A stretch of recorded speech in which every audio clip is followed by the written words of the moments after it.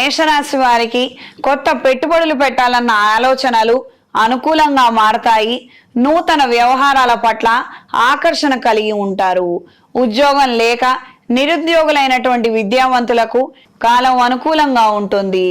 కళా సాంస్కృతిక రంగాల్లో ఉన్న వారికి కాలం కలిసి వస్తుంది.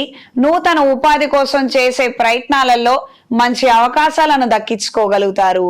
స్నేహితుల ద్వారా, సహోద్యోగుల ద్వారా, పరిచయస్తుల ద్వారా విశేషమైనటువంటి సమాచారాన్ని అందుకోగలుగుతారు.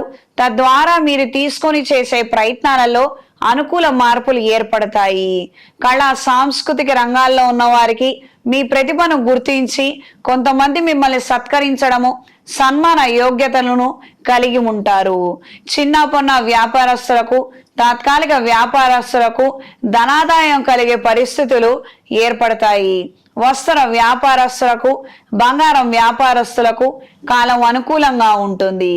ఈ వారం స్త్రీలకు నూతన వ్యాపార రీత్యా చేసే ప్రయత్నాలలో స్వల్పమైన ఆటంకాలు ఎదురవుతాయి. స్నేహితుల ద్వారా, పరిచయస్తుల ద్వారా కొన్ని విషయాలను గ్రహించగలుగుతారు. ఇంపార్టెంట్ టాస్కులు కొన్ని పరిస్థితులలో వీళ్ళని మీ తరపున నిలబెట్టి ఆ కార్యక్రమాలను జయప్రదం చేసుకోగలుగుతారు. ప్రేమ వివాహాల పట్ల, వ్యవహారాల పట్ల ఆకర్షణ కలిగి ఉంటారు. వీటి ద్వారా దెబ్బతినే అవకాశం ఉంటుంది. అప్రమత్తంగా ఉండండి. పెద్దవాళ్ళు చూపించినటువంటి పెళ్లి చేసుకోవడం అన్నంత ఉత్తమం లేదు. ఇది గ్రహించి మెలగండి. దూర ప్రయాణాలు అనుకూలంగా ఉంటాయి. మెడికల్ సర్వీసెస్ లో ఉన్న వారికి కాలం అనుకూలంగా ఉంటుంది.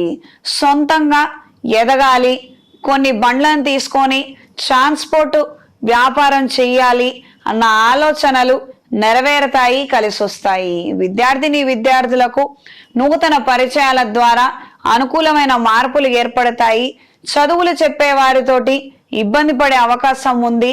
అప్రమత్తంగా ఉండండి.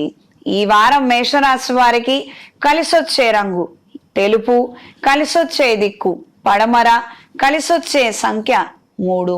ప్రతిరోజు నవగ్రహ స్తోత్ర పారాయణ చెయ్యండి. నవగ్రహ ఒత్తులతో రవిగ్రహం దగ్గర దీపారాధన జరిపించండి. ప్రతి శనివారము శనేశ్వరుడికి తైలాభిషేకం జరిపించండి. మీ శక్తి కొలది దాన ధర్మాది కార్యక్రమాలు చేసుకోగలిగితే అనుకూలమైన మార్పులు ఏర్పడతాయి.